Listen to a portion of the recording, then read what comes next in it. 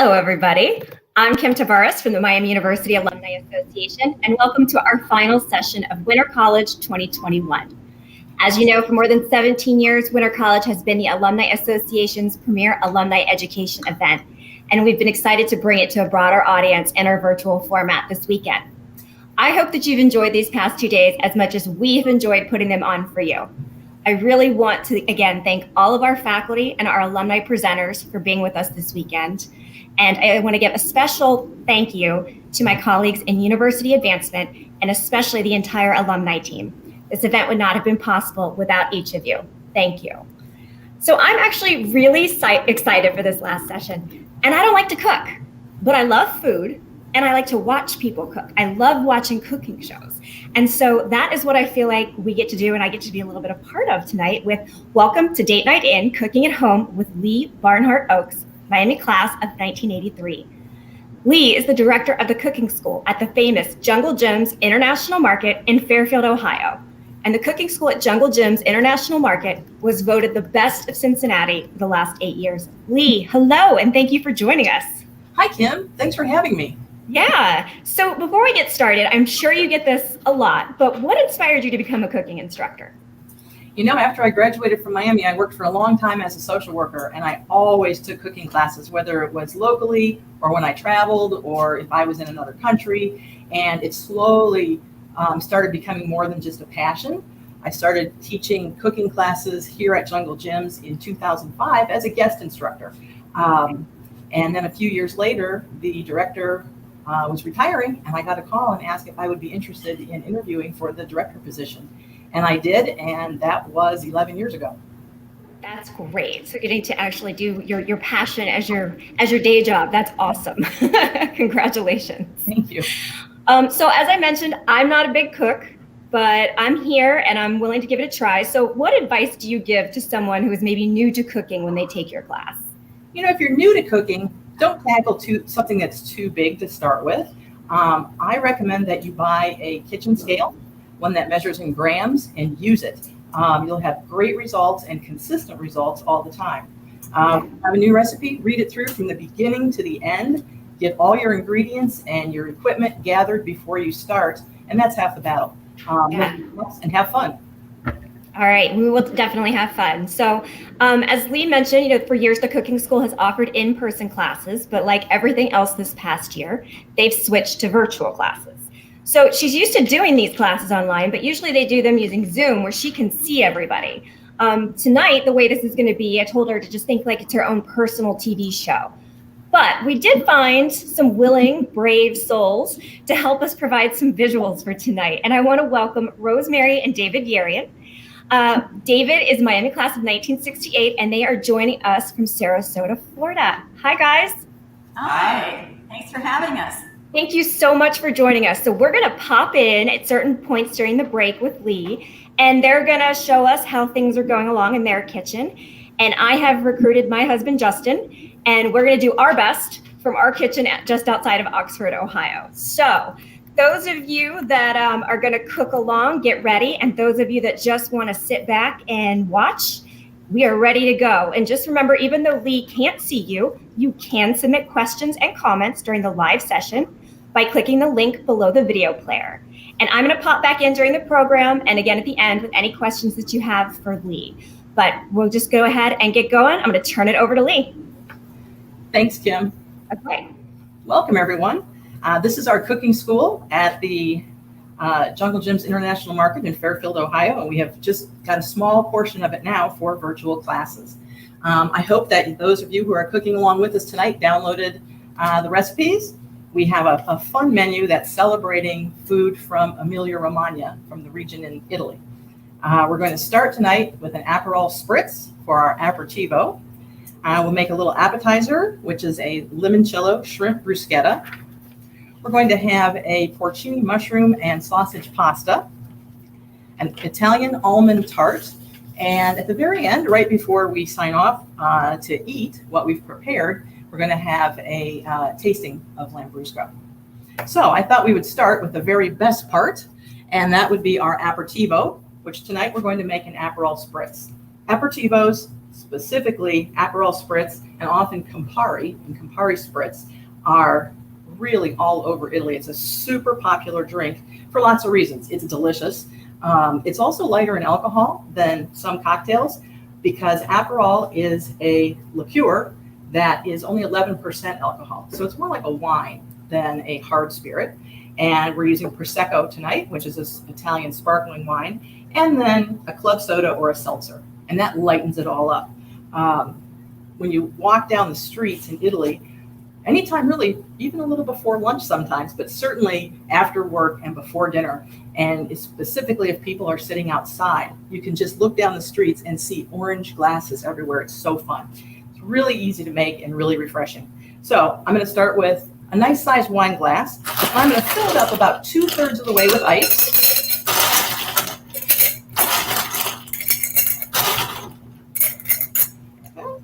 And then some Prosecco. You want a dry Prosecco. Some are drier than others, but you certainly don't want one that has a lot of sweetness in it. All right. And if you can't remember the recipe, you can always find it on the back of the Aperol bottle. Super easy. It's 3 parts of Prosecco, 2 parts of Aperol, and 1 part of club soda or 1 splash. So you want to kind of slowly pour that Prosecco over the ice. You can measure if you need to. I've made these a few times, so I mix mine by color. So you want about 2/3 of your cocktail with the Prosecco. Sorry, 3 parts Prosecco, 2 parts Aperol for that nice, beautiful orange color. And then 1 part or a splash of club soda or seltzer. And that'll lighten it up. You want to give it a gentle stir and a nice squeeze of orange. Put that in there. And then we'll have a little toast to a great dinner. It's so light and refreshing. The Aperol is bitter. It has both bitter orange and sweet orange in it, along with other roots and herbs. The recipe is a big secret. Other companies make an orange liqueur besides Aperol. Aperol, I think, has just done the best advertising and is the most popular. But there's other companies. Luxardo makes an bitter orange liqueur. So does Peychaud. So there's different ones. You can also make the exact same drink with Campari if you prefer something a little more bitter. And that has a little more alcohol. While the Aperol is 11%, Campari is 28% alcohol. So I hope that you're mixing this along with me and that you enjoy that. And this would be where I would break in case anybody has any questions about this particular aperitivo.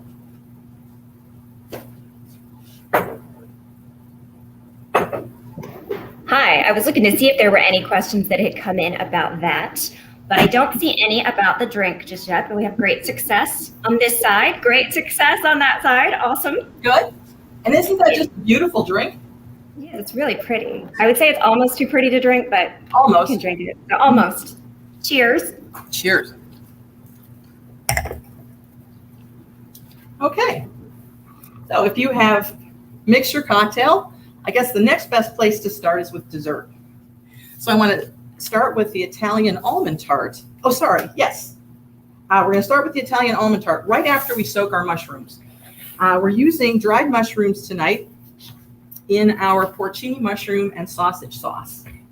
So I have weighed out 28 grams or 1 ounce of porcini mushrooms. I'm going to show you these in case you're not familiar with them. Porcinis are really popular in Italy. You don't see them a lot in the United States fresh because they have a super short shelf life, but you can buy them almost everywhere dried. If you do buy them dried, and you need to store them, you don't use them all, store them in like a mason jar with the metal lid on it so that no moisture gets in at all. Because if moisture gets in, they're going to spoil quickly. They can be a little pricey depending on the size. Yes.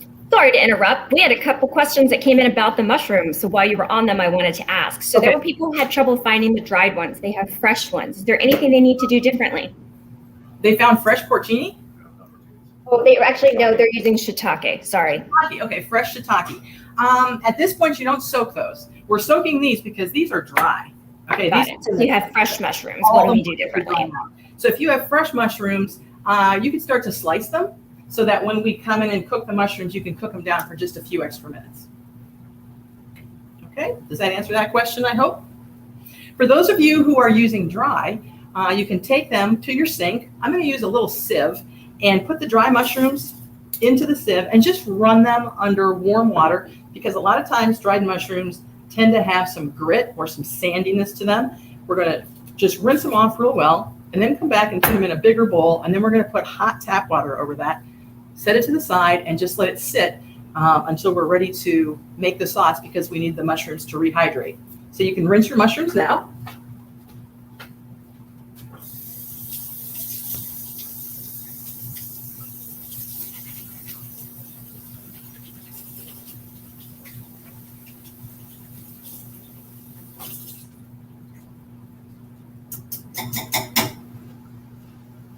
All right, I've got mine nice and rinsed, and you're going to feel how they start to soften up already. And then I'm going to transfer them from the sieve. If you don't have a sieve, you can just hold them in your hands underneath the water. And then you want really hot tap water. You don't have to boil it or anything like that. Really hot tap water to cover the mushrooms in the bowl, and then set them aside.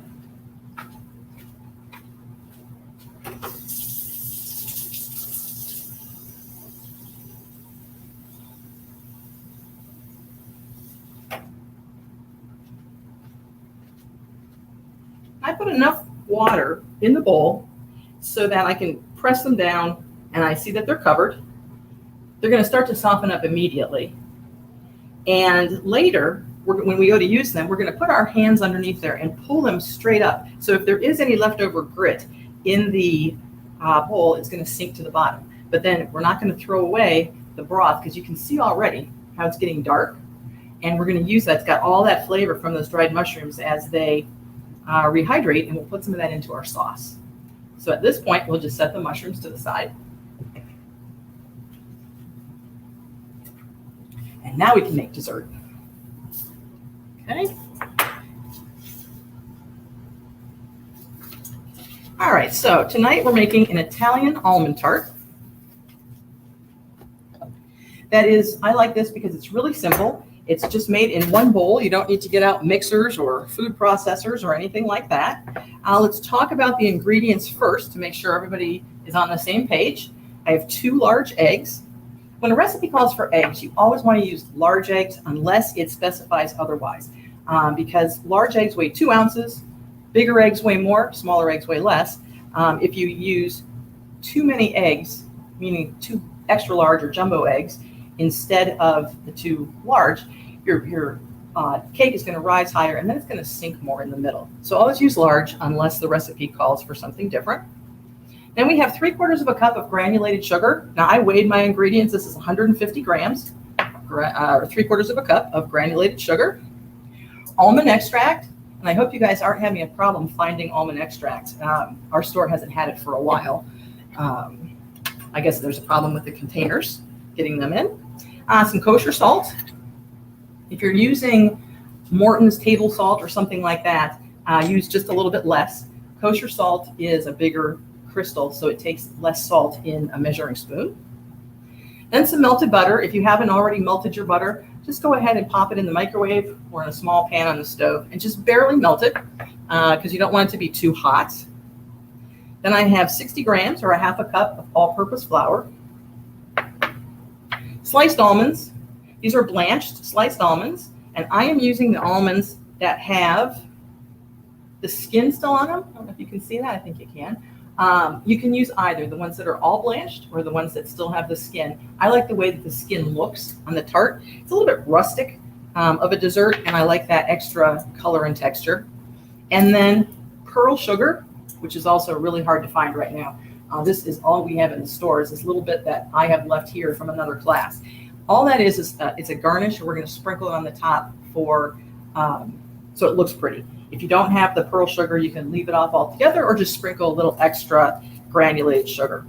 Pearl sugar is bigger pieces of sugar. It's made in Sweden. Some people call it Swedish pearl sugar, and it doesn't melt in the oven. It leaves little white, they're not actually like round like pearls, but they're kind of chunky crystals of sugar. And it leaves little white, pretty white spots on the top of the tart. So if you've got everything ready, we can go ahead and mix. We're going to whisk the eggs, the granulated sugar, the almond extract, and the salt in a bowl. And we're going to whisk it for about 30 seconds. You want to get in there with a little bit of elbow grease so that your eggs get a little bit fluffy. And this is a dessert that's served different times of the day in Emilia-Romagna because they eat a lot of sweets for breakfast. And you certainly could serve this for dinner tonight. It'll be a little bit warm when you eat it tonight. And by tomorrow morning, of course, it'll be completely cool. The texture will have changed, and it'll be a little moister and a little denser tomorrow morning. It would not be at all unusual to see that on the breakfast buffet at your hotel. I'm going to use a teaspoon of almond extract. Almond extract is pretty potent. You always want to use pure almond extract and not an imitation. And don't be tempted to use extra. Most of the times the recipes are calibrated pretty well, and a teaspoon in here is nice. It's going to add a nice flavor without being overwhelming. And a half a teaspoon of kosher salt. Okay. Now let's whisk. We're going to see that mix together.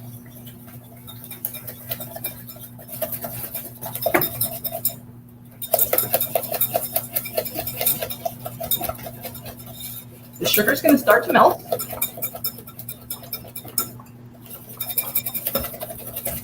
And it's going to get just a little bit frothy.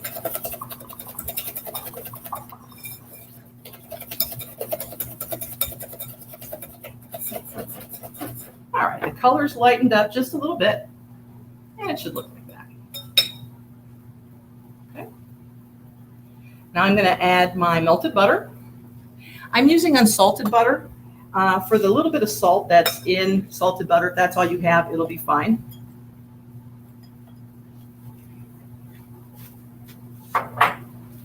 And my flour. And I'm going to try stirring that before I whisk. I'll whisk if I have lumps, but otherwise I'm just going to stir it with a spatula because sometimes it's hard to get the batter out of the whisk. But if it's lumpy, then go ahead and use your whisk. I might have to. It looks like I might. Because you don't want lumps in here.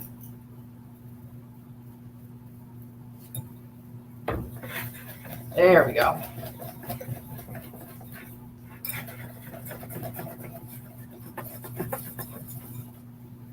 Okay, so it should be nice and smooth. No lumps. All right. Now I'm using just a regular Pyrex type pie plate, not the deep dish. This is a 9-inch, and you can grease it with a bit of non-stick spray or a little bit of oil if you have a non-flavored oil.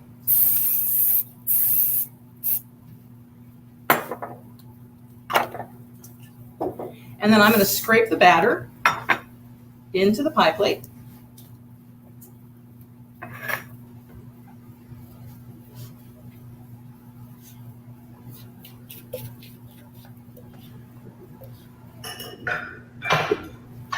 This will last a couple days on your counter.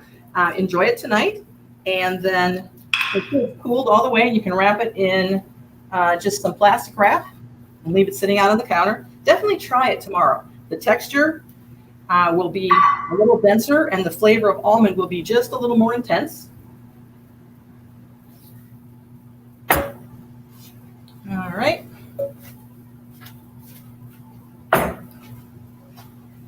And then I'm going to take my blanched sliced almonds, and sprinkle them on the top. I always go around the outside edge first because sometimes that tends to get missed when you're sprinkling something.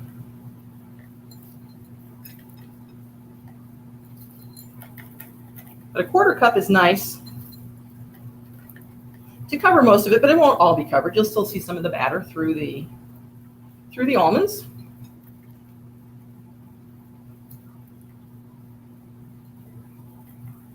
And then you could sprinkle, if you have the Swedish pearl sugar, go ahead and sprinkle it on there. If you don't, just sprinkle a teaspoon or so of sugar. I'm just going to sprinkle a little bit on there because it's pretty.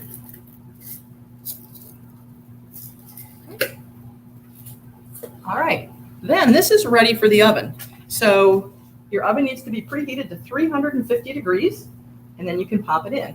If you forgot to preheat your oven, just let it sit to the side while your oven preheats, because you definitely want it to be preheated. The last thing I'm going to do before I put it in the oven is I'm going to wipe off the edge of the pie plate where I sprayed the nonstick spray, because sometimes when you spray, the glass and the metal baking dishes get a yellowy, sticky, tacky kind of substance on there after time. And what that is, it's the lecithin that's in the cooking spray. So if you just wipe it off, your baking dishes stay pretty a lot longer. You can see this one. We use this one all the time, and doesn't get brown like that. Okay, so I'm going to pop it in a 350 degree oven. I'm going to set my oven for 20 minutes, which is the low end of the recipe. You should know your oven. If it tends to run a little fast, you can set it for a few minutes less and check it. Mine very possibly will take the 25, but I'm going to set it for 20 and we'll check it then.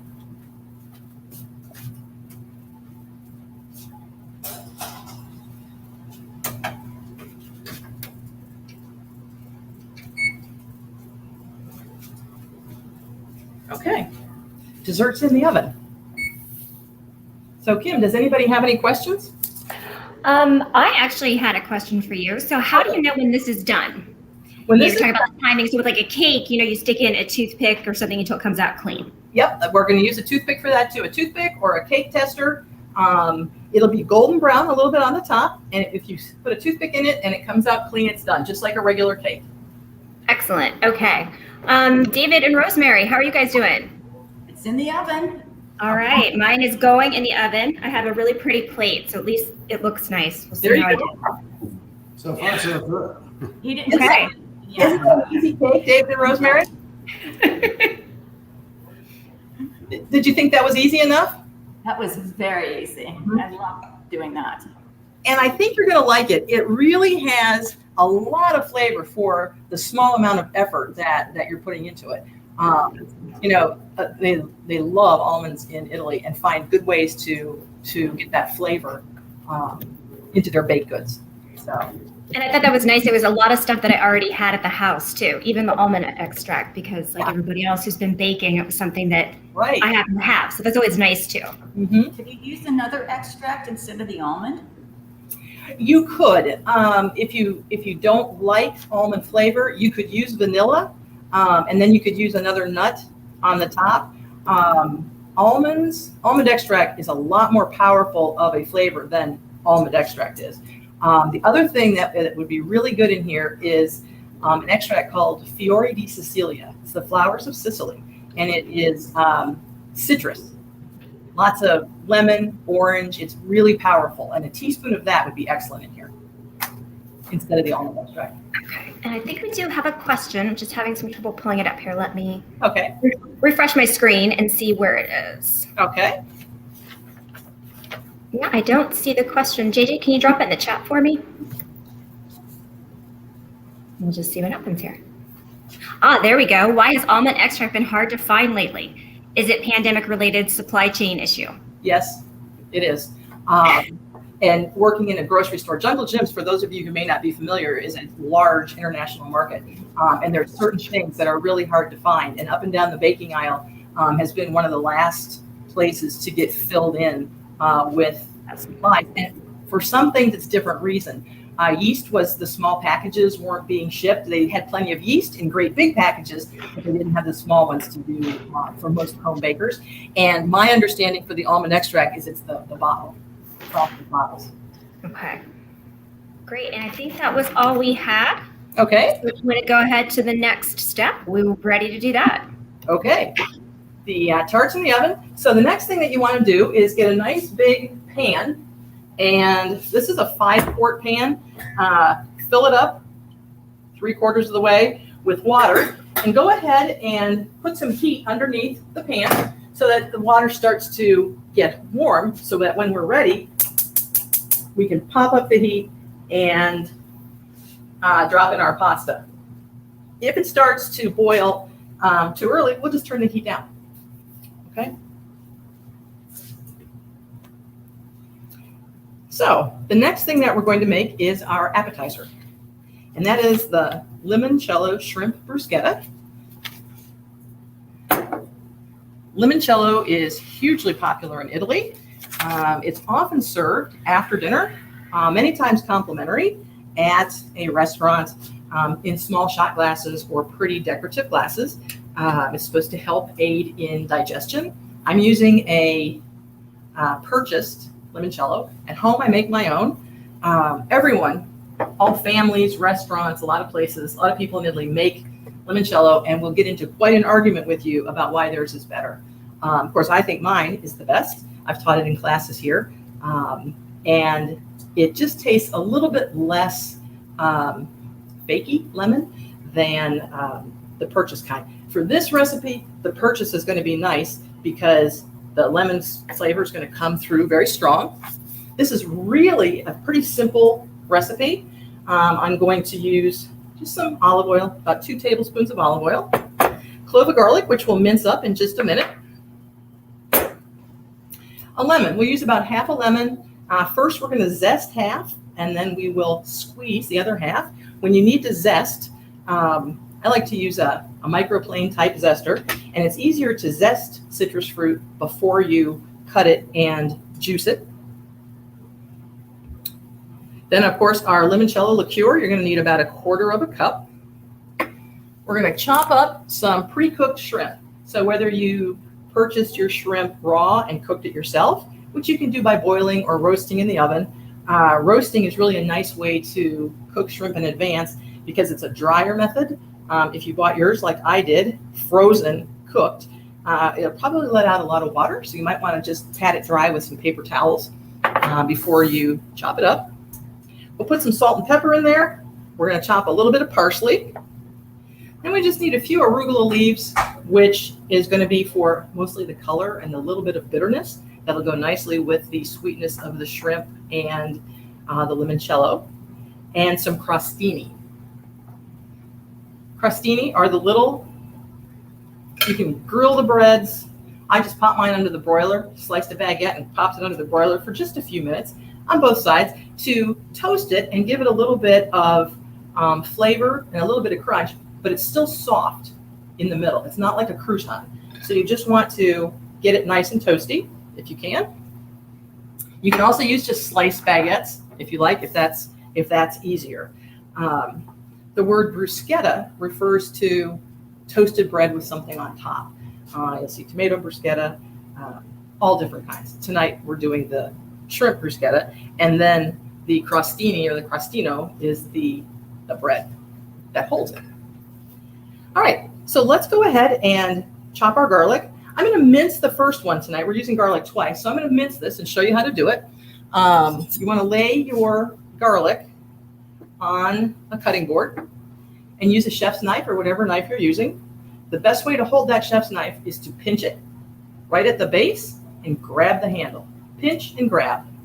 Put the garlic clove on your cutting board, put the knife over it, and gently press. And you just hear a little crack. I don't even know if you could hear that. Give it a twist, and the skin's going to peel right off. Okay. Then I'm going to cut that little end off where it was attached to the garlic bulb and slice it. It's kind of a large, flat garlic clove. Slice it in half. Slice it into a few little batons, if you will. And then take my knife and just run it through a couple of times. Mince it up. Wipe your knife with your finger. And just mince it again. And you can do that a couple times, running your knife through it until it gets pretty well chopped. You don't want big pieces of garlic in with this shrimp. And if the pieces are too big, you're going to taste a big pop of garlic, and the flavor won't infuse into the shrimp and the limoncello as well. Okay. So now I'm going to use the back end of my knife and just scrape this to the side of the board. And when you're chopping garlic at home, if you're using a knife, a lot of times the knife and your fingers smell like garlic for a long time. A great secret is to go over to the sink, put your knife under the water, and take your fingers and clean that knife. Run the knife, the stainless steel, over everywhere that feels sticky from the garlic, and it'll take the garlic aroma right away.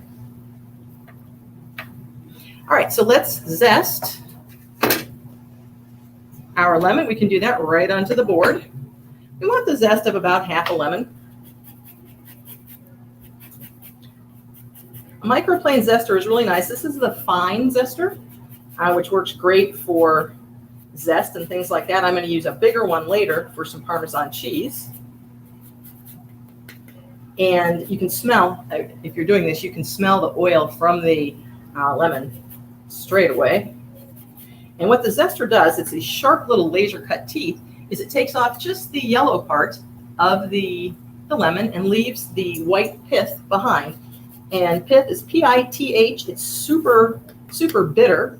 And your dish is going to taste better without that. All right. So I'm going to scrape this to the side. The reason I use the back of my knife is because I'm the person that sharpens the knives here.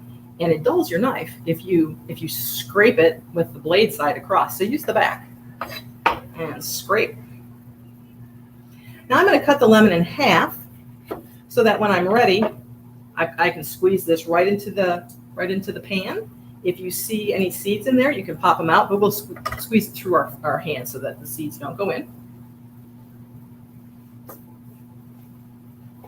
All right, now we can chop the shrimp.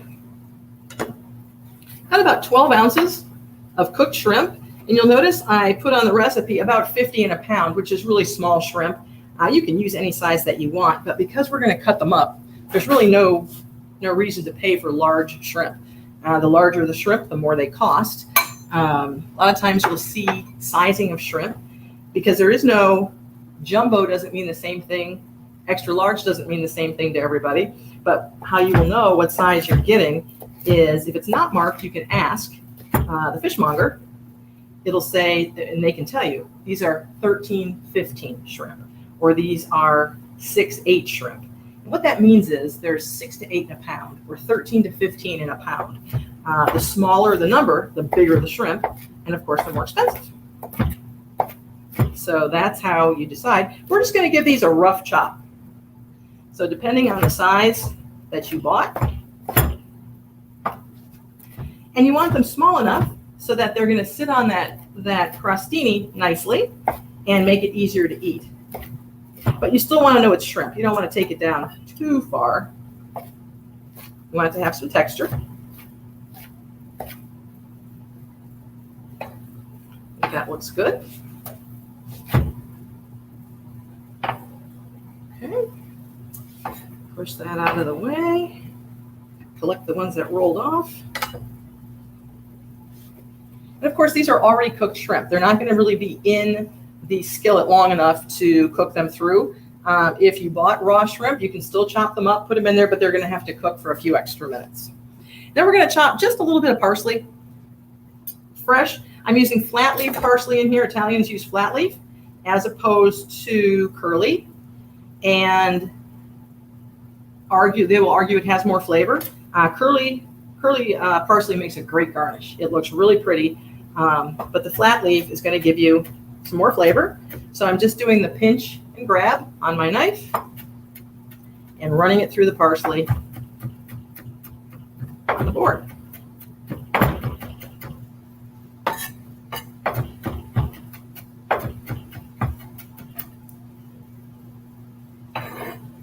Okay. I think we've prepped everything for our shrimp. You can have your, if you're lucky enough to find some nice little baby arugula. If there's big stems on the end, you can pop those off. But for the most part, if you got baby arugula, even the stems should be tender enough that it doesn't matter. And this is really just for the look and the little bit of bitterness that it's going to add to the bite. So we have everything ready to go. Limoncello is measured. So let's put a medium heat under our skillet. Your skillet only has to really be big enough to hold your shrimp. So this is about an 8-inch skillet that I'm using here. And then you want to add about 2 tablespoons of olive oil.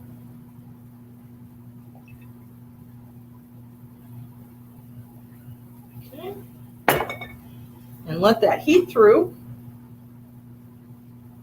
And you want the skillet and the oil to be warm before you put the garlic in. The garlic's going to go in first.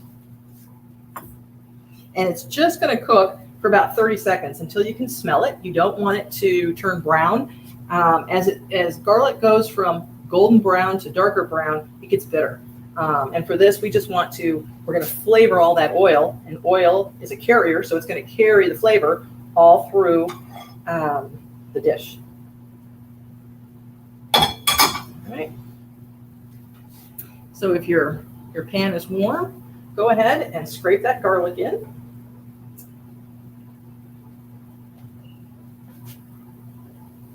And my pan could be just a little warmer. I'll turn up the heat a little bit, not too much, because I don't want it to get hot. Now I can hear it just starting to sizzle. And you can smell it instantly. I don't know if you can see that but you can see it sizzling just a little bit.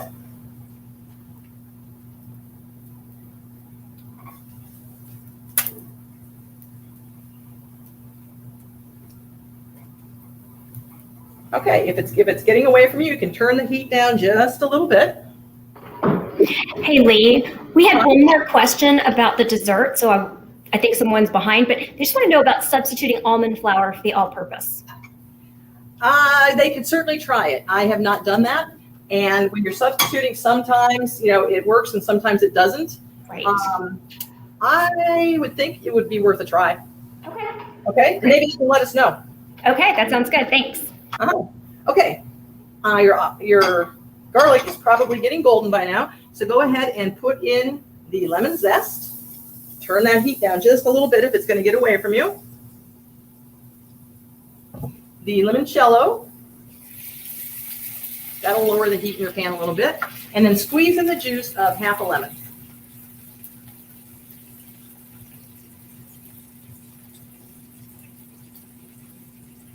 And if you squeeze it through your hands, you can hold the seeds in your hands while the lemon juice goes in. And we're just going to reduce this by about half, which will take a minute or two. And I still got a seed in there.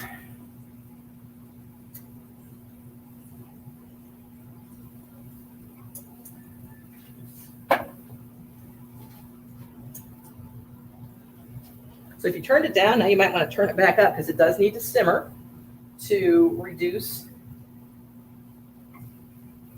the sauce. And you should definitely smell lemon with the garlic.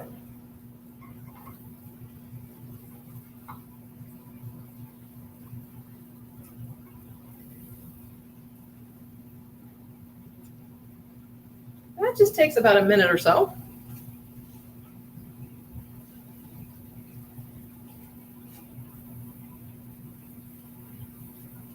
It smells good. We're, of course, serving this tonight as an appetizer or a first course. It makes a nice lunch on a larger piece of grilled bread with a nice salad. Because you can make the bruschetta any size you want.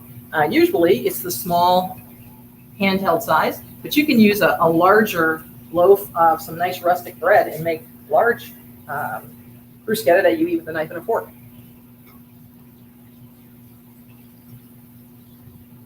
Okay, you should see now the lemon juice and the limoncello is getting a little bit syrupy.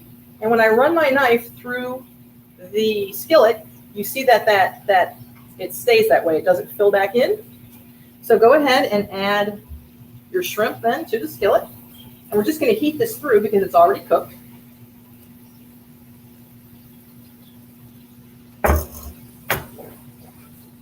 And you can lower the heat a little bit. You just want this to be coated with the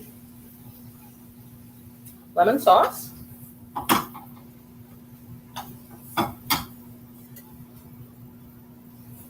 And it's just going to take a minute or two to heat through. You should hear it sizzling, but not going real fast so that it all bubbles away.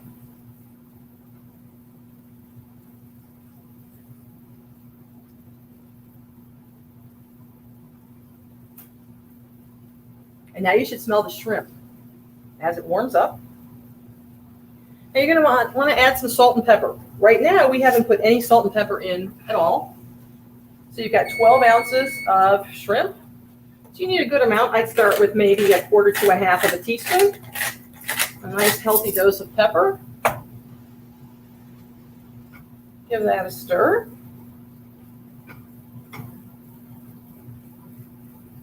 And then I'm going to taste this. Always taste before you serve to make sure that the salt and pepper is right. That's really what you're tasting for now.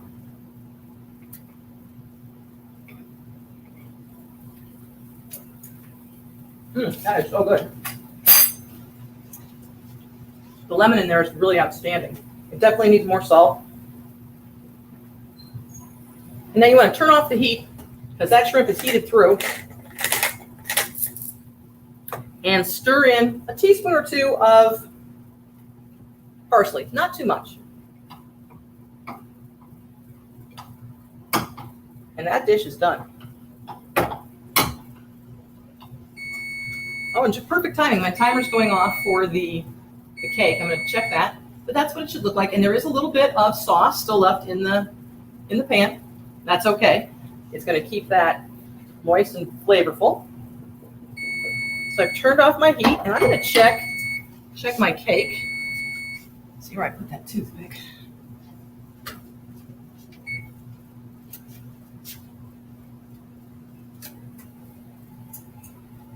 It smells really good. It's almondy. It has, it's risen a little bit in the center, but mine's not quite done. I can tell because it's not evenly golden brown. So I'm going to put mine in for another 3 minutes, and I'll come back and check.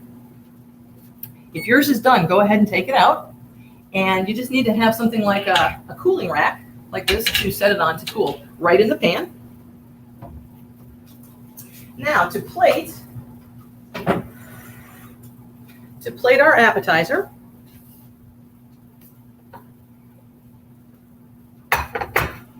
you just want to put a little bit of the shrimp mixture on top, and a little bit of the limoncello sauce is okay. It's going to soak into the bread. It's going to be tasty. Not so much that it's swimming in it, but it's okay if it soaks into the bread a little bit. Oh, look, my first one I forgot to put the arugula on. So we're going to have a plain one first. Then I'm going to use some arugula on this one for some color. You could chop up the arugula if you wanted to and put it in, but it wilts way more than if you just add a little bit on the crostini for some color and flavor. There you go. That one looks prettier. Okay. There. That's how it should look. See that? Put that on a plate. And then if you did one, that's a good example of how the arugula, what that adds to the crostini. Can you see the difference? This one looks prettier. It just has the extra dark contrast. And of course, you eat with your eyes first. So that is our crostini. Or bruschetta. Does anybody have any questions?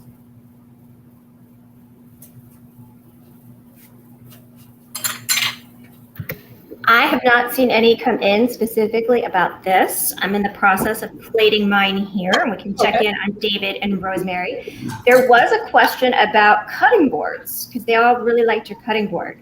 Do you have recommendations for a material for cutting board? That round cutting board, believe it or not, is 25 years old. So it's probably you can't buy them anymore, but it is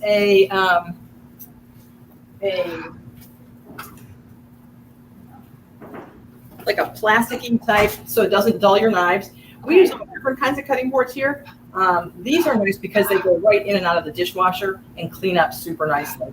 I like these, but I also use wood. At home, I mostly use wood. That was my timer for my tart, which is what went off there too. Okay, we're going to take just a second here and get it back together a little bit for those of you who are cooking. If your water is starting to boil, turn it down a little bit to keep the pasta water hot. Plate up a couple of your bruschetta so you don't get too hungry. Now I hear my amazing. I hear my tart timer again, so I'm going to check that one more time. A toothpick. Yeah, I'm going to check mine too. Mine is definitely not settled yet. Yeah. I need about another 5 more minutes. Okay. Everybody's oven is different, and you just sort of have to keep an eye on it. And mine is nice and golden brown around the top. So I just want to see if my toothpick comes out clean, and it does. So mine's done. It took about 23 minutes. Smells really good. You can see how nice and golden it is around the bottom and the sides, and then of course the top. Now this will settle in as it cools. It'll be delicious tonight for dinner while it's still a little bit warm. If even warm room temperature, will be different than it will be tomorrow. So I think you'll enjoy it both ways. My pasta water is taking off, so I'm going to try and turn that down a little bit. If not, sometimes this won't let you go too low. We'll have to shut it off and come back. But just make sure that it's hot, because when it's time to drop that pasta in the water, you want your water to be ready to go. So we'll give everybody just a minute. The next thing that we're going to start is the sauce.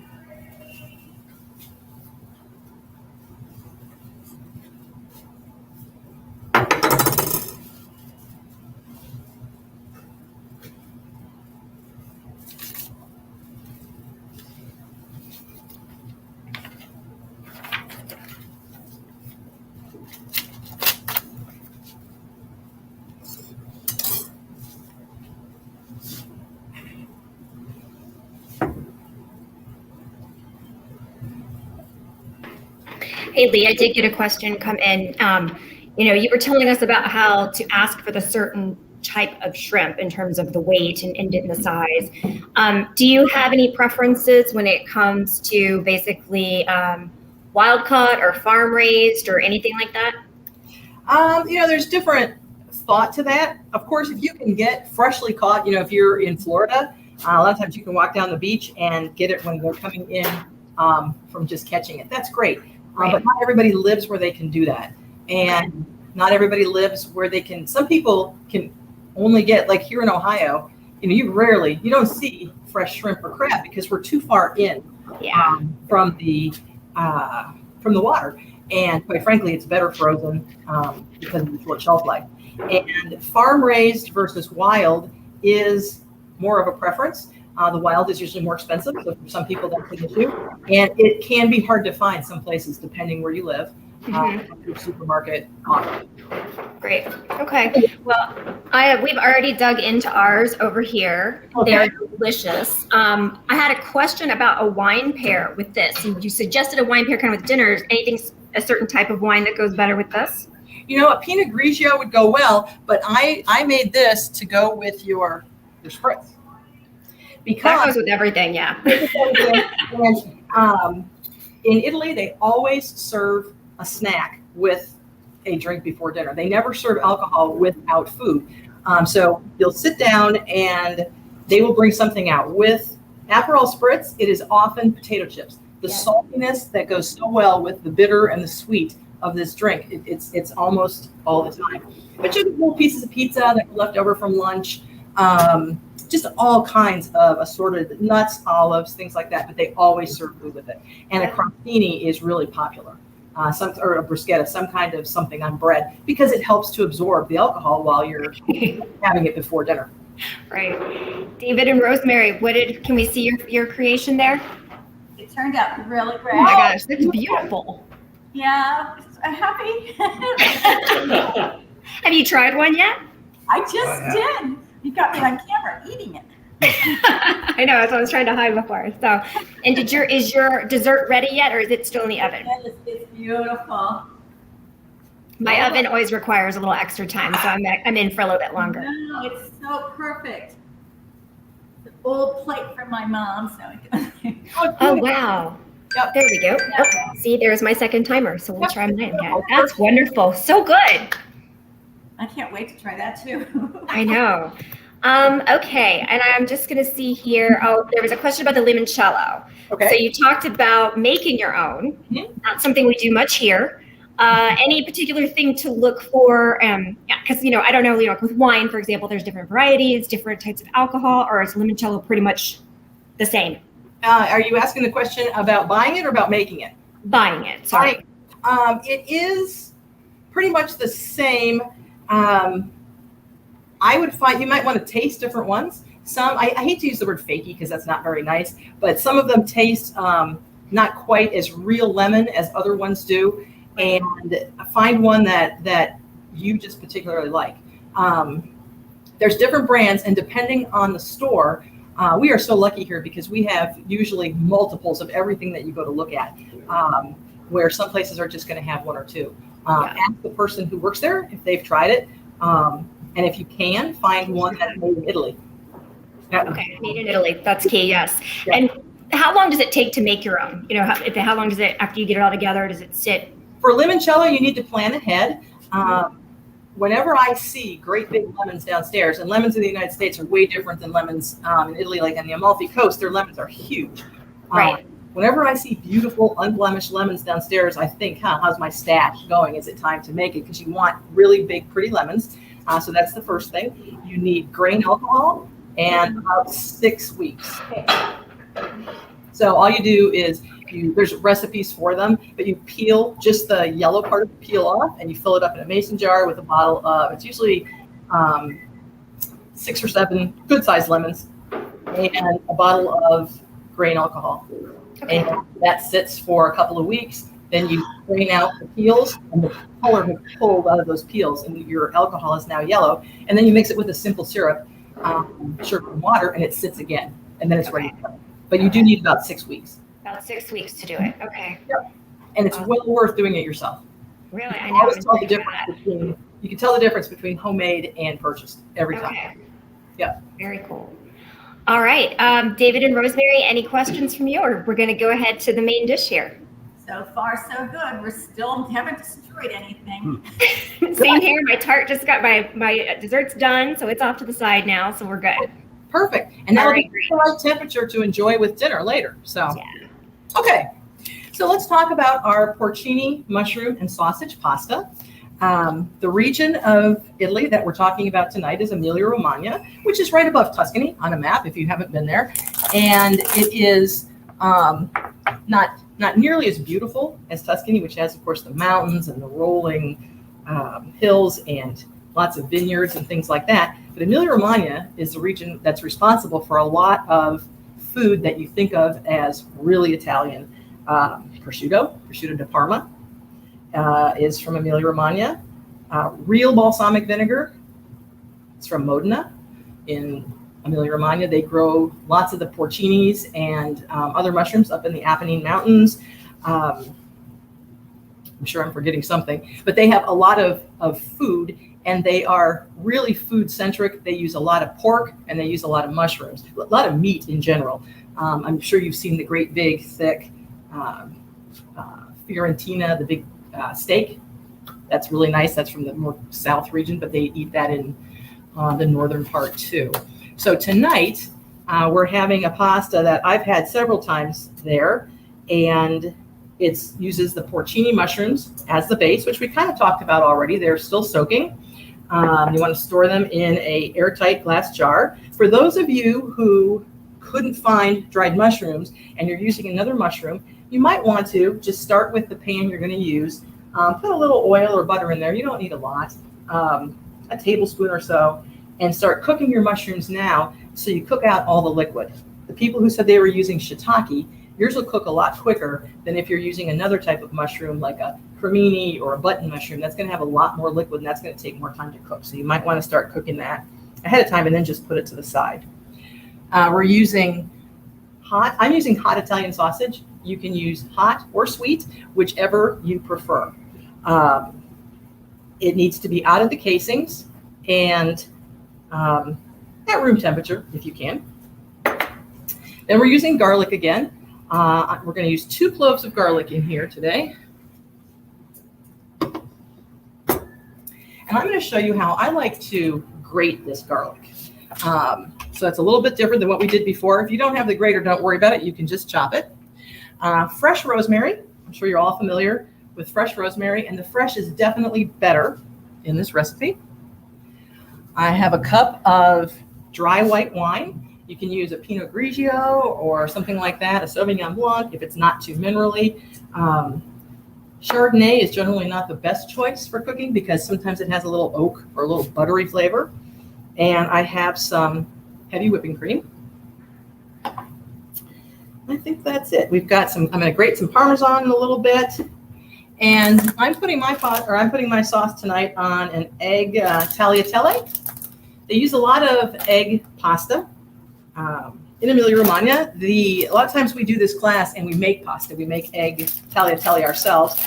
Tonight I'm going to use this. It comes in little nests, but I've had this served on regular plain, not egg pasta, white pasta. And I'm going to cook about half a portion. What we're making tonight in the pan is 4 portions of sauce. So if you don't want 4 portions for dinner tonight, before we add the pasta after it's cooked, we'll take some of the sauce out of the pan and just put it to the side. That way you can have it another time. But this recipe that we're making, the way it is, makes enough sauce for 8 to 10 ounces of pasta, which is 4 nice servings. All right. And I think that's all of the ingredients. So let's start with our mushrooms. They have soaked, and you're going to feel quite a difference from when they were dry to now. And what you need to do is to get them out of this water without agitating the water too much. So I'm just going to put my hands in and gently pull them straight out. I'm not going to get them all on the first pass.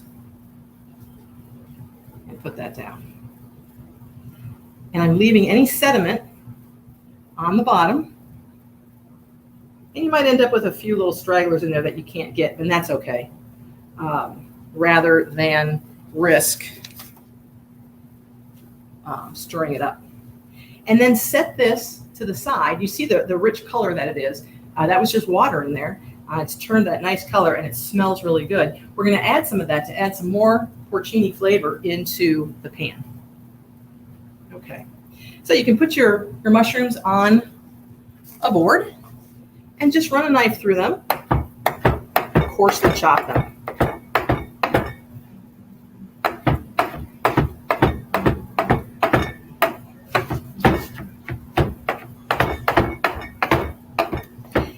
Pieces to be relatively small so that they will blend into the sauce and add a lot of flavor without being too chewy.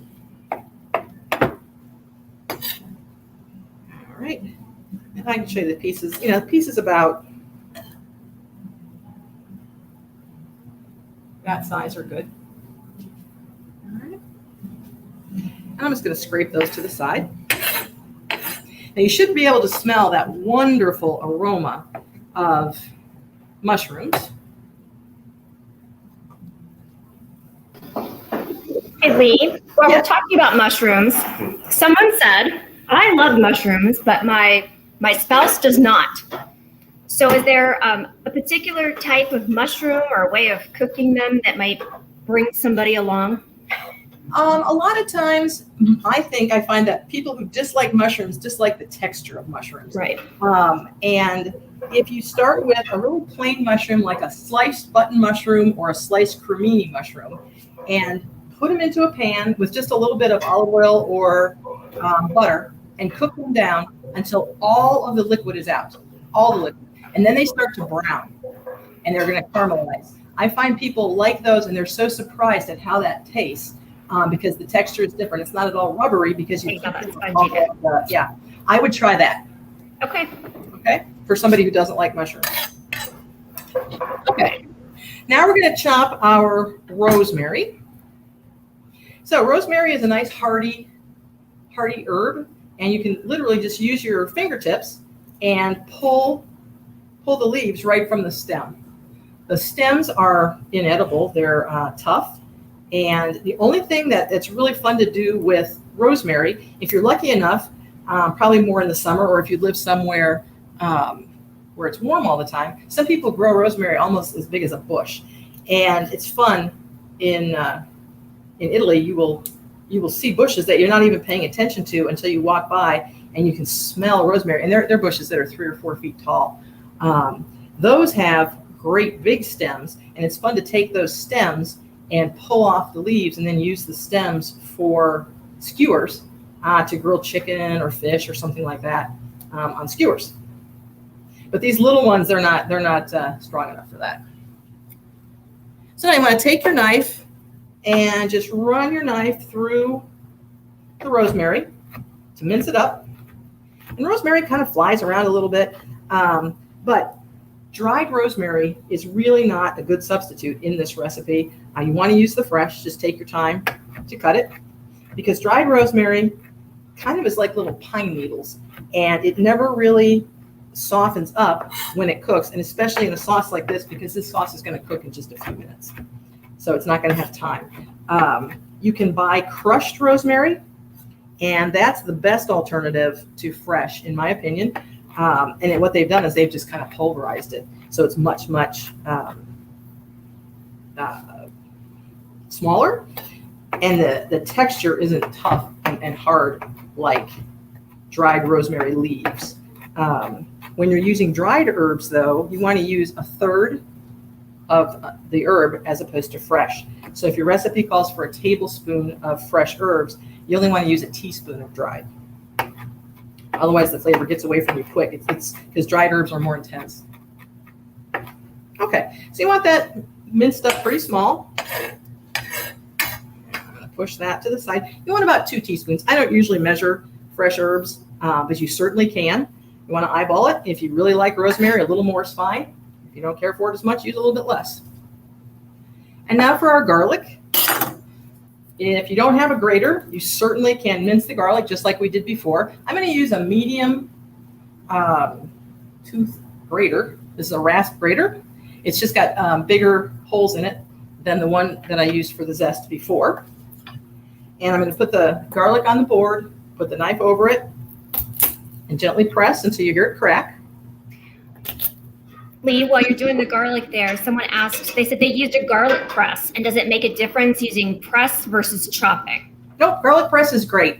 I'm just lazy, and I don't like to have more dishes. So garlic press works just fine.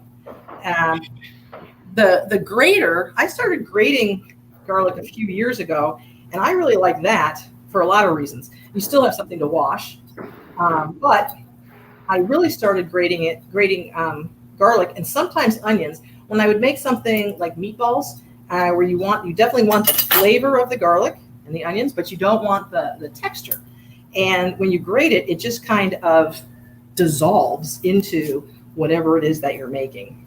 Let me try that one more. There we go. Now I got it. Didn't want to come off. Okay. One more. So to grate it, I leave the end that we cut off before, the little end that's attached to the garlic clove, leave it on because it's going to hold the garlic together, and literally just grate it. It takes less time. It's perfect little pieces. You get all the flavor, and then you just throw away that little end. You're finished.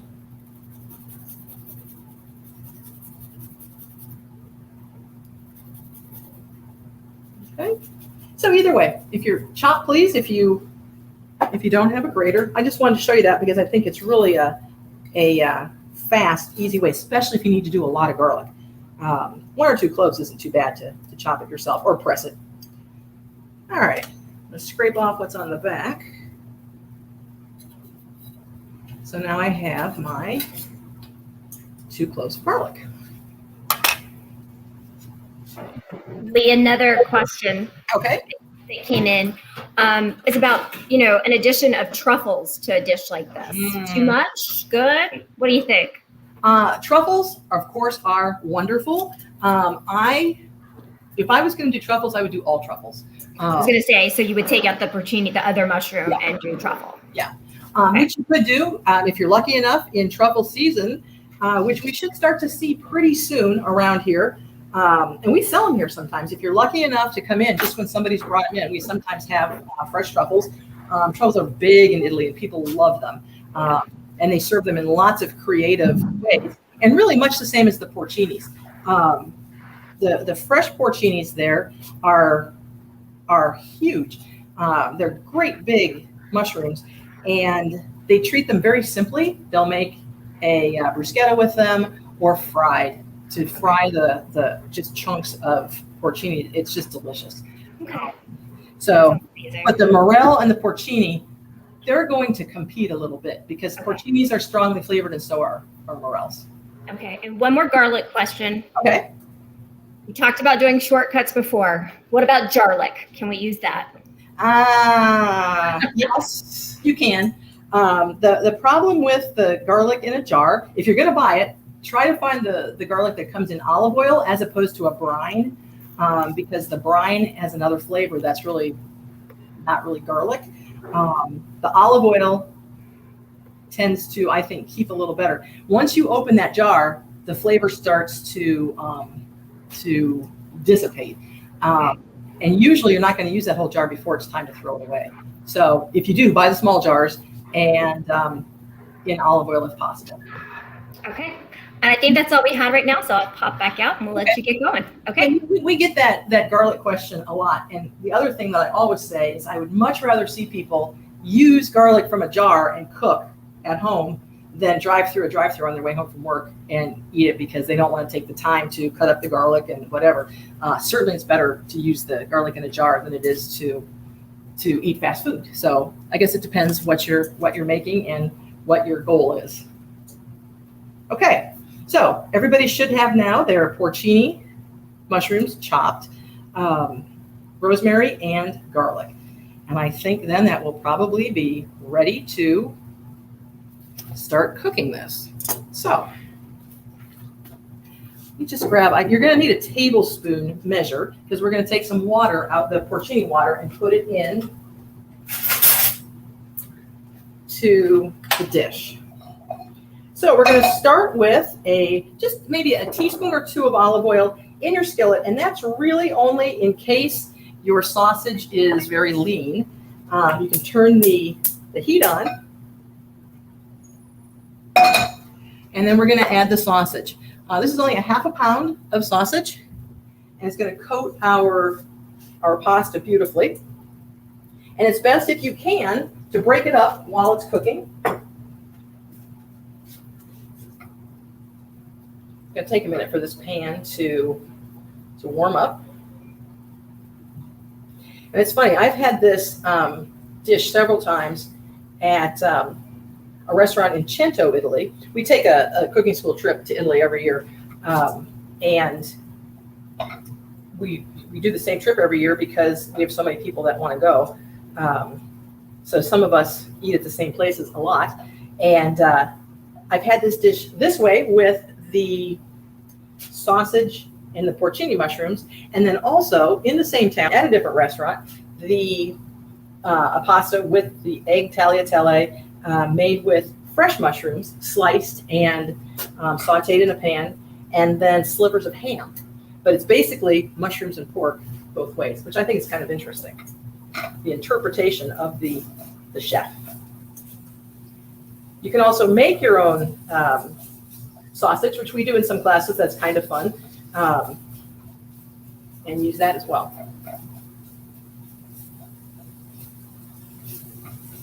But here at our store, they make sausage every day, so sometimes that's just easier.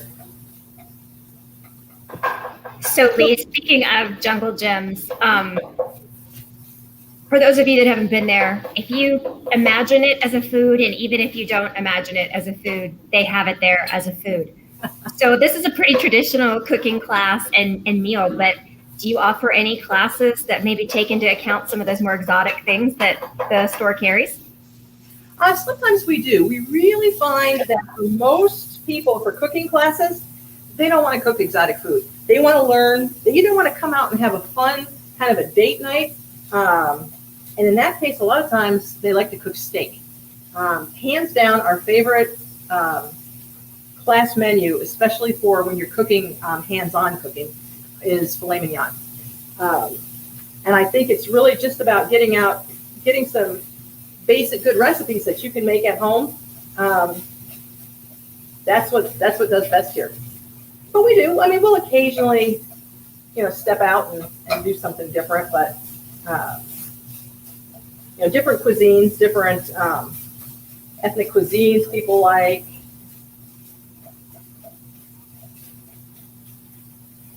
But most of our people tend to like classes like this.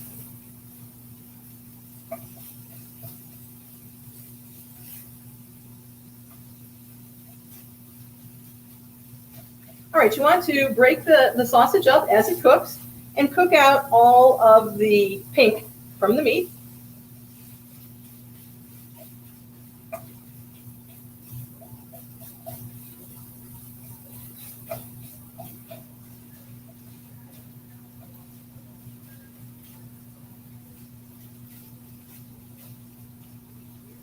And the people who are using fresh mushrooms, even if you need to get out another skillet, you should probably start to cook the sausage, even if your mushrooms are still cooking. And I think it'll come together at about the same time.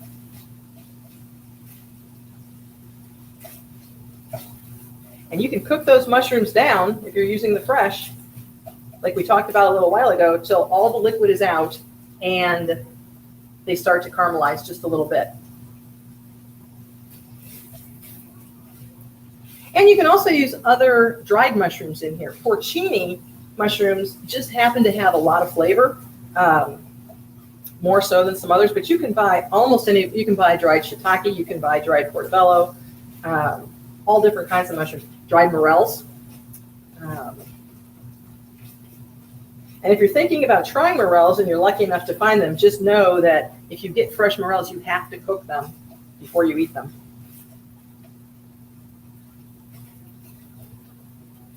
You might end up not feeling too well.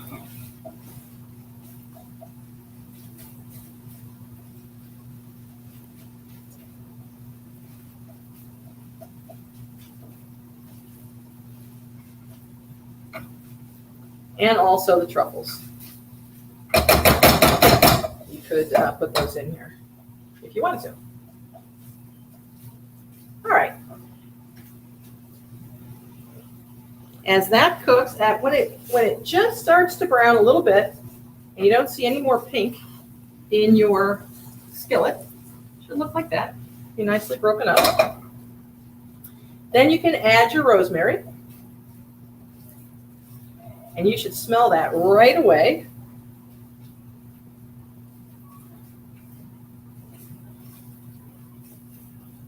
The rosemary and the garlic. I use the side of my cutting board that has it's got a ridge in it. And all my herbs want to get stuck in there. There we go. So I'm putting the rosemary and the garlic in the pan.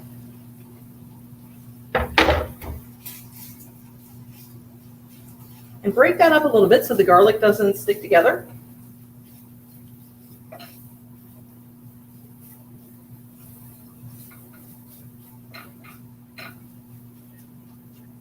Give mine just a little more heat.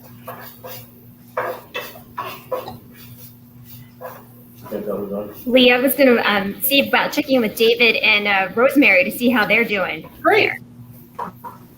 We're doing well. I've got it working over here. He's just mixing up that sausage. Excellent.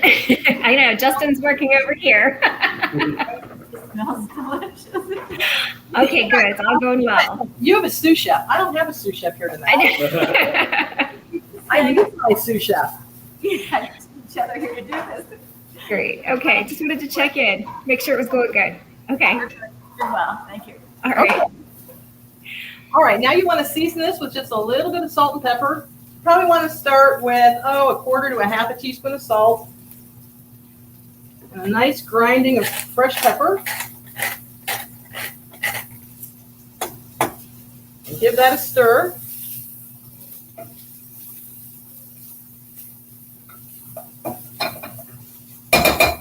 Okay, now we're going to add the wine.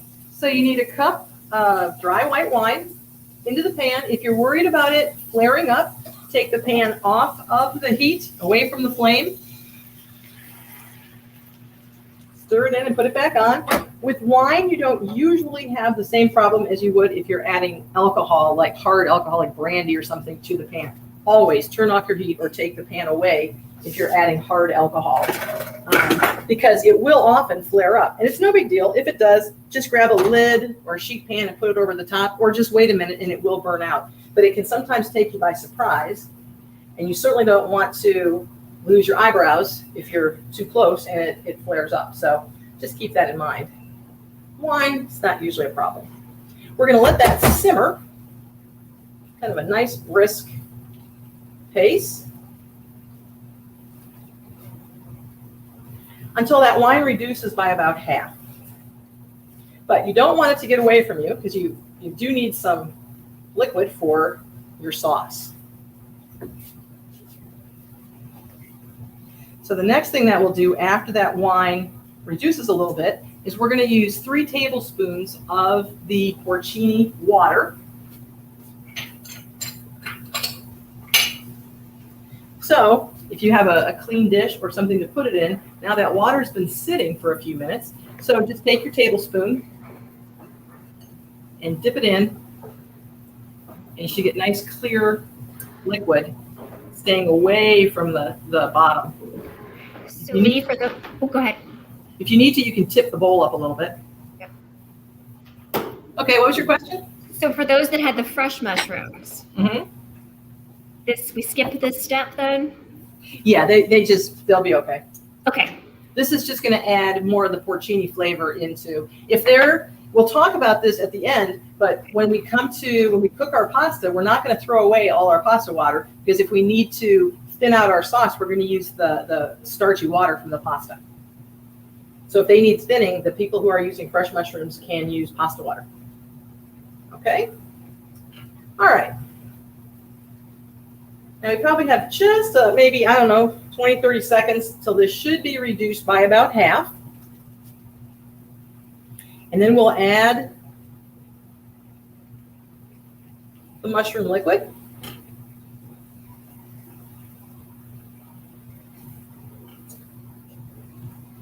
And then our cream.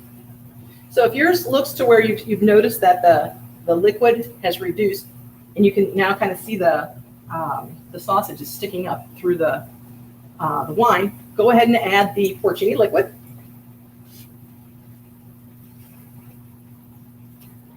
Now we're not going to use the rest of this porcini liquid tonight, but if you were making something else, you can always use the water. You can strain it through a cheesecloth if you're worried about the sediment, and use that liquid in place of other liquid to make rice or something like that, and it really adds a lot of flavor to whatever you're making. Or soup, it's great in soups too.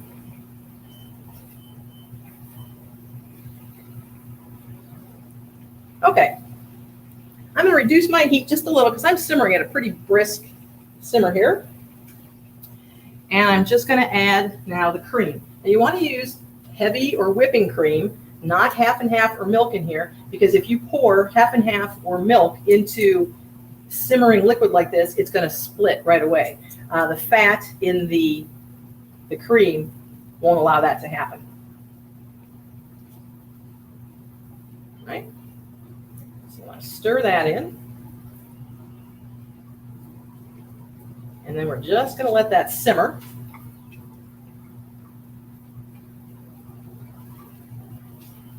Simmer till it thickens up.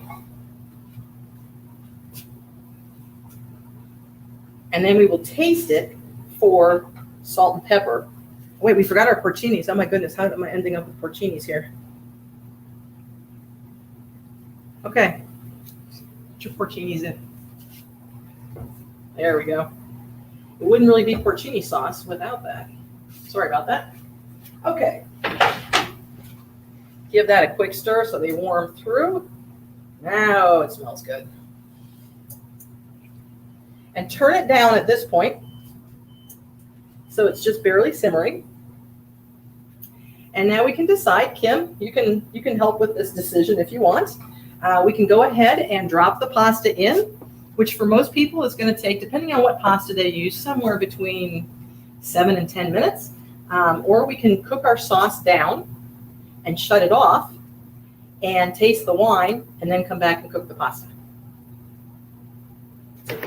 Let's ask David and Rosemary what they want to do. Okay, all right. You want to cook the sauce down and then do the pasta? Working it down right now. We're a little bit behind you guys, but we're catching up. Okay, so if we're a little behind, should we do that then, Leigh? Kind of just cook it down before we do the pasta? So I think we'll finish this, we'll taste it, and this is a great sauce that you can make, a little bit ahead, shut it off and just let it sit there. Then we'll rewarm it, and when we add the hot pasta to it and the little bit of cooking water, it'll be fine. So let's do that. Let's cook it down to just before it's done, because we will reheat it. And then we'll drop in our pasta and we'll talk about the wine tasting, because I'm not sure if everybody is doing that wine tasting or not, if they could find the wine or if they were interested in it. But that will work. That way we're not multitasking too much. So I'm going to use this minute here and grate some Parmesan cheese.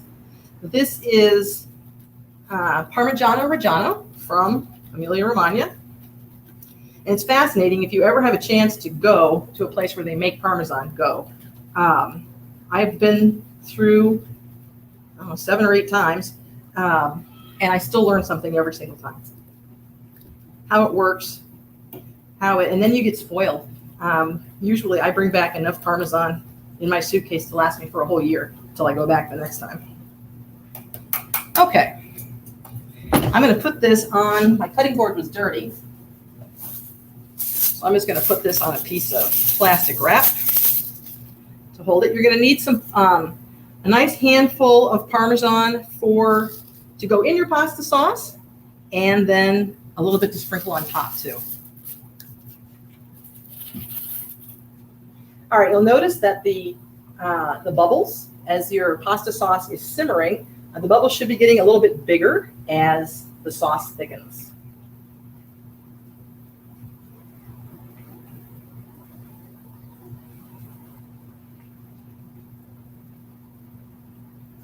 And then if you want to look if you're only serving 2 people tonight and you don't want to toss all of this with the pasta, you can look for a bowl or something to take about half of it out before we add the pasta later. And if you have leftovers, it'll be fine, but I wouldn't make double on purpose and then eat it. It's never quite as good as when you first toss it with the pasta. But then you can reheat it later in the week and make some more pasta and have another meal. All right, I'm going to shut mine off. I'm going to show you what this looks like. See how it's nice and thick? The bubbles are bigger. All right. It's not quite clearing and leaving a track, but that's okay because we're going to reheat this in just a little while. All right, and then check your pasta water to make sure. Mine's just barely simmering. That's perfect. That's what you want to see. Just a little movement in there. And if your pasta water is shimmering, go ahead and add some salt. You always want to add salt to your pasta water. I'm using a sea salt here for that just because I have it. You could use kosher salt, but I don't usually use iodized salt. And add it to the water. But you want to do that when the water is boiling, because if you add the salt to the water before the water's boiling, it can pit the bottom of the pan. And I never really believed that until a few years ago, and I did it at home in a pan very similar to this, and it did. It made little marks in the stainless steel that don't come out. So always let the water boil first before you add the salt. Hey, Leigh, have you added the Parmesan in yet to the sauce, or are you holding that back? Not yet. I'm going to hold that back until we add the pasta.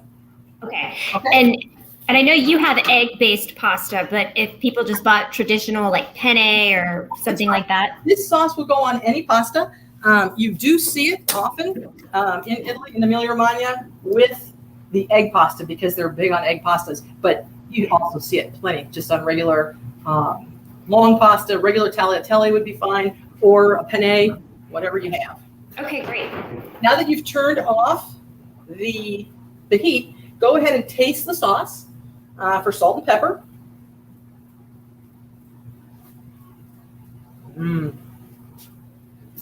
It's really good. I'm going to add just a little salt and some more pepper. Okay. While you're doing that, Leigh, another question about pasta came in. Someone is using homemade pasta. So should they put that in when we do, later? What's the difference there? Well, first of all, A+ for making homemade pasta. And yeah, homemade pasta generally takes just a few minutes to cook. So our pastas, I think my package says 4 to 6 minutes because it's thin. The tagliatelle is really super thin. But homemade pasta, when we make pasta here and cut it into ribbons like a tagliatelle, we put it into boiling water, and as soon as the water boils, we count to maybe 15 and pull it out. That's how quick homemade pasta is done, depending on the thickness of the pasta. So I wouldn't put yours in, the people who made homemade, until just a few minutes after we put ours in. Okay? All right. If there's no other questions, Kim, and everybody's got their water getting ready to boil, why don't we talk about this wine for anybody who is interested? That'd be great. All right. This would be a real traditional wine to be served with the pasta. And this is actually from Emilia-Romagna. Emilia-Romagna is not known for its wines. And they drink a lot of wine, but a lot of it is served to you in a pitcher at the table. It's not, it's local. But it's not like Tuscany. It's not a region where you're going to see vineyard after vineyard and just each one gets better and better. This one is a family-owned vineyard. It's called Fiorini. Fiorini is the family. And the wine is Bicarosso. I think Bicarosso means red beak. It's a beautiful winery right outside of Modena. It sits way up on a hill. And this is, I'm going to pop this cork. This is a little bit frizzante, which means it has a little bit of sparkle to it. The vineyard makes several different kinds of wine, and it's a fun place to visit because it's spread out. They have a great dog. The first year we went there, he's a black lab. He was a little tiny puppy, and now he's all gray because we've been going so much. You can sit down and relax. They'll give you a tour, and this is one of their wines that's easier to find here in the United States. This is 100% Grasparosa, which is one of the wines that they make Lambrusco with. The Italians would call this real Lambrusco. Back in the 80s, the U.S. drank a lot of cheap, sweet Lambrusco. People loved it, but that's not what they would call real The real is usually on the dry side, has a lot of red fruit flavors and things like that. It's not terribly expensive. This bottle retails at our store downstairs for $14.99. And I'm not sure how many other of their varieties we have here, but they do ship into the United States. So depending where you live, you might be able to find it. And if you can find their Pignoletto, which is a frizzante white wine, that is my absolute favorite. We don't carry it here. But you're going to see this has a little bit of effervescence to it. You can serve this at room temperature, like any other red. But if you like it just a tiny bit chilled, put it in the refrigerator for 5 or 10 minutes, just to give it a tiny bit of, so it's not room temperature. But you don't want to chill it till it's cold. And this goes well with, we are served Lambrusco over there with everything from chicken to meat like this, and certainly with steak. Always just that little bit of frizzante. And it's nice. You taste the fruit, cherries, red fruit, and it's a medium body, not real big and heavy. And it's also nice in the summer with that little bit of chill, with anything off the grill.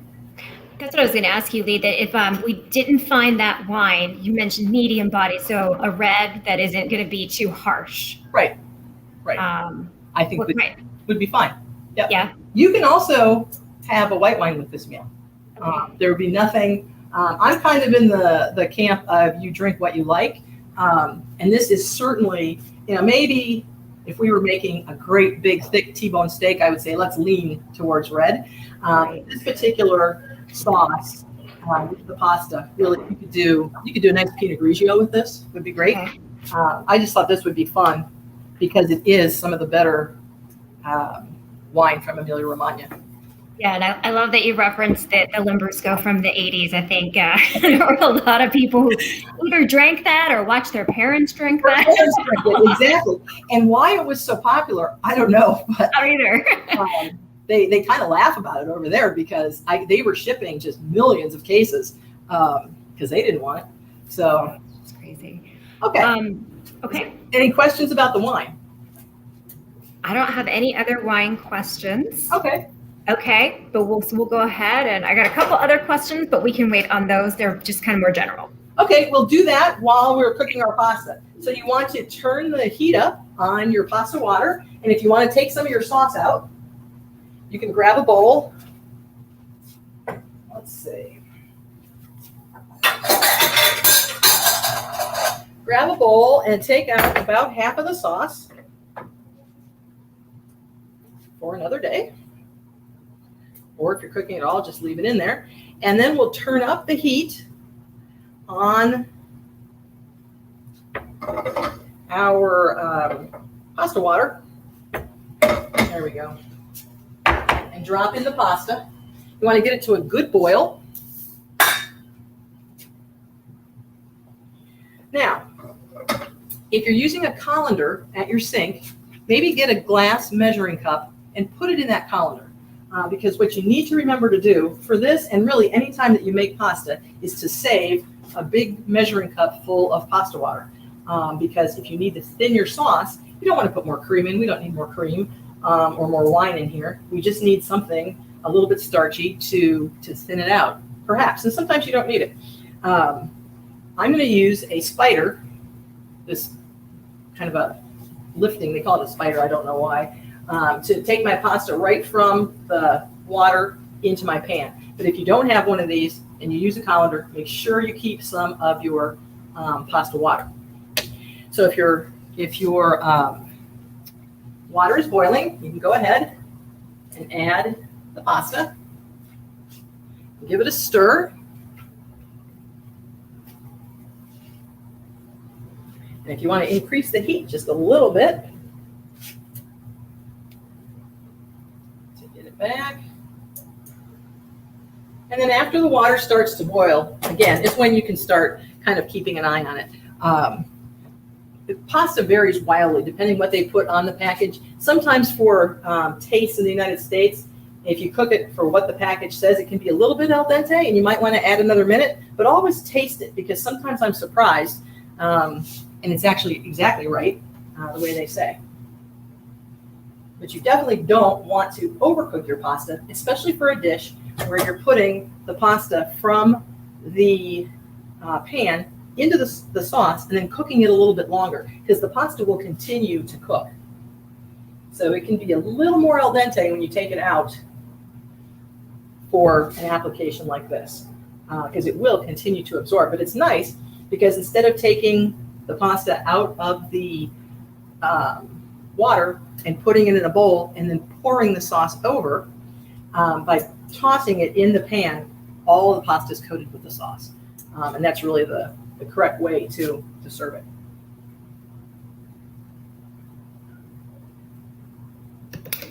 So Leigh, a question did come in. We talked a little bit about how you became an instructor, but when did this kind of passion for cooking start? Were you a foodie in your Miami years or anything like that? Yeah, a little bit. I grew up in Oxford, and Oxford back in the 80s did not have a lot of restaurants and things like that. So I did a lot of cooking though at home, because I grew up there. My mom worked at the health center at Miami. She was a nurse, and I would come home from school and start dinner. Okay. We leave detailed instructions and put things in the oven and things like that. And that's how I got started. Yeah. Did any type of travel or anything? I mean, obviously you talk about going to Italy now with the cooking school and doing a trip that way. Is that, is Italian cooking your favorite type of cooking, or is there actually another type? Italian probably is now, only because I've spent so much time there. The last 8 years or so. But really, I like to cook anything. People say, what's your favorite thing to cook? I really don't have a favorite. I like trying different things. And wherever I went, I always tried to take cooking lessons. Some were better than others. I took some in the Caribbean one time that, maybe not. But it was fun. It was something to do and something different. And I think it just kind of grew and grew. And I worked for a while as a personal and a private chef, and had to try a lot of new things that way too. So, Good. Yeah. Did you have other questions, Kim? I don't see any that have come through just yet. We could check in on David and Rosemary though and see how they're doing. How are you doing? We're ready to go with the pasta. Okay. Have you dropped it in? Yes, we did. Okay. All right. Okay. It's already cooked. We dropped it. Oh, it's cooked already. Perfect. Okay. Well, if your pasta's already cooked, mine's got a couple more minutes. If your pasta's already cooked, you can put your sauce on low, or you can wait to catch up with us. You can add a handful of Parmesan and the pasta into the pan. And don't forget to save your water. Save our water. Rosemary, any questions that you have for Leigh with it's come up while you've been cooking? Okay. Very good. It's been very easy to follow along, Leigh. Thank you. Sure. Okay. Thanks. This is a nice meal without too many extra steps at the end. Sometimes it gets a little crazy at the end. Now, the best way to taste your to test your pasta is to taste it. And you want to make sure that it's cooked all the way through and you don't see a white core going through the pasta. That's too al dente. Mine still tastes just a tiny bit raw. I would say another 30 seconds, 30. And it'll be ready it'll be al dente still enough to put into the sauce. So I'm going to put the heat back on under my sauce, turn the water off for the pasta. And I'm going to bring the pan a little closer. All right, my sauce is starting to heat up again. I'm just going to, you don't have to drain it and drain it and drain it. It's okay. Some of that liquid in there is great because we're probably going to add some anyway. There, now my sauce is starting to simmer. Look at that, I got it all. All right. Okay. Now you want to add a nice handful of Parmesan in there. And a little more, won't hurt anything. And then you can use either your stirring spatula or tongs and start stirring and tossing the pasta in with the sauce. And it shouldn't be swimming in sauce. It should be nicely coated.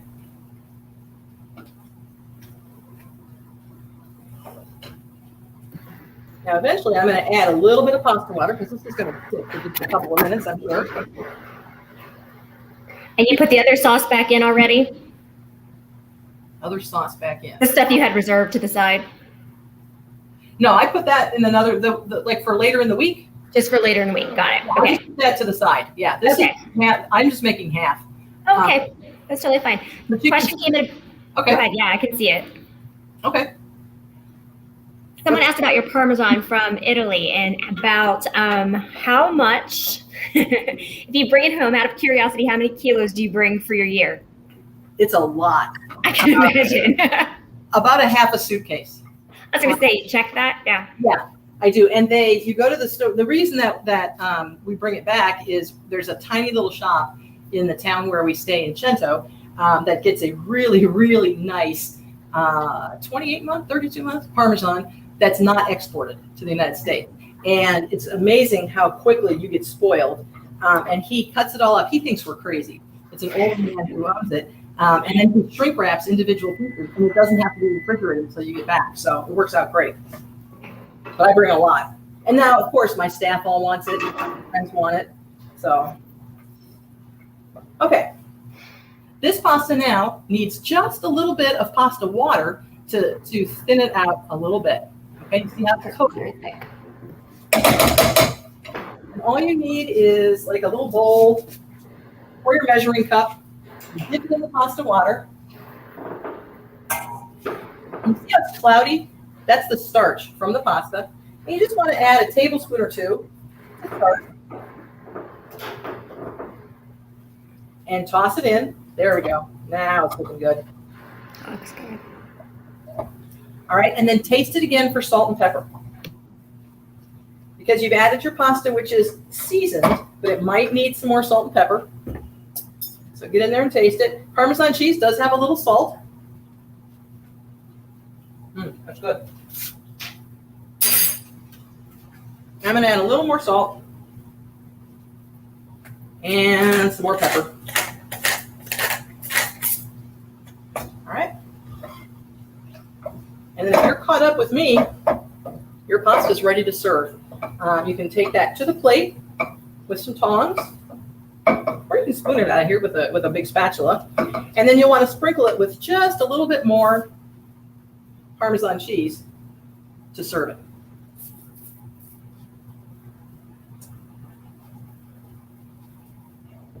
That's how it should look.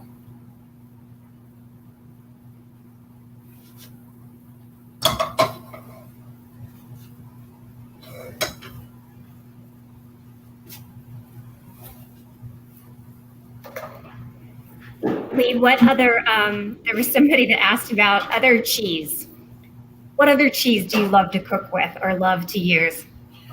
For Italian cooking and for this particular meal, it's traditional to use the Parmesan, but you could use Pecorino Romano, which is a sheep's milk cheese, and it has a sharper, stronger flavor, and some people prefer that. The Parmesan is a little bit nutty and more subtle. That would work in here too. That would work great. But cheeses that are, and they're both aged cheeses that are melty, like a Fontina or something like that, aren't going to work in here because it's just going to glop together. Okay. The aged cheese, the Parmesan and the Pecorino, would work really well in here.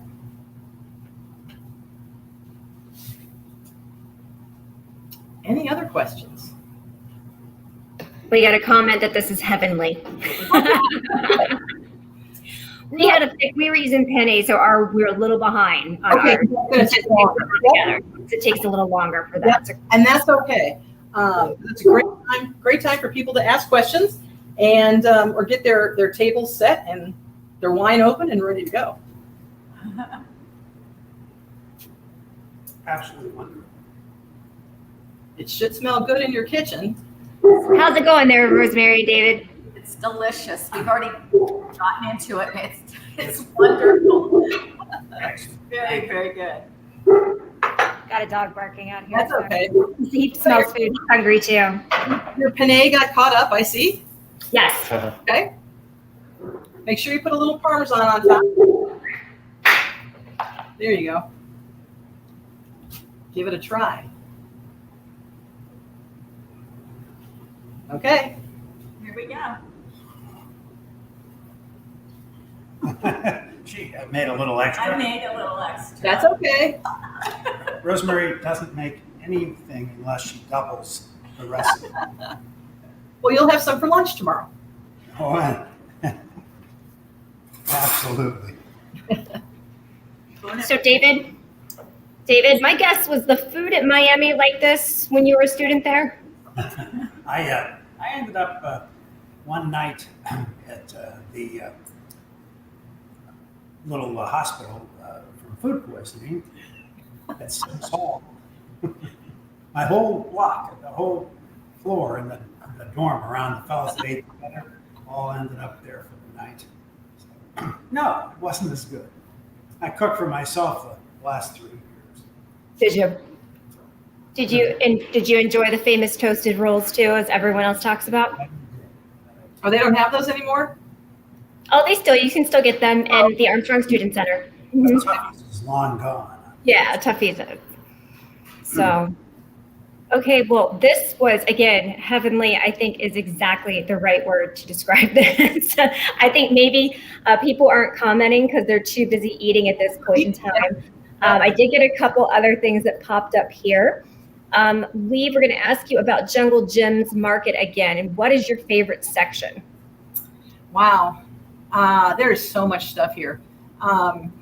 We have a great, what we call the Gourmet Galleria, which is lots of cookware and things like that that's expanding right now. They're going to move in the next few weeks. That is fun to browse. But I like the international section. It's really nice working somewhere when if I see something in a recipe or read about something, I can go downstairs and 99% of the time we have it.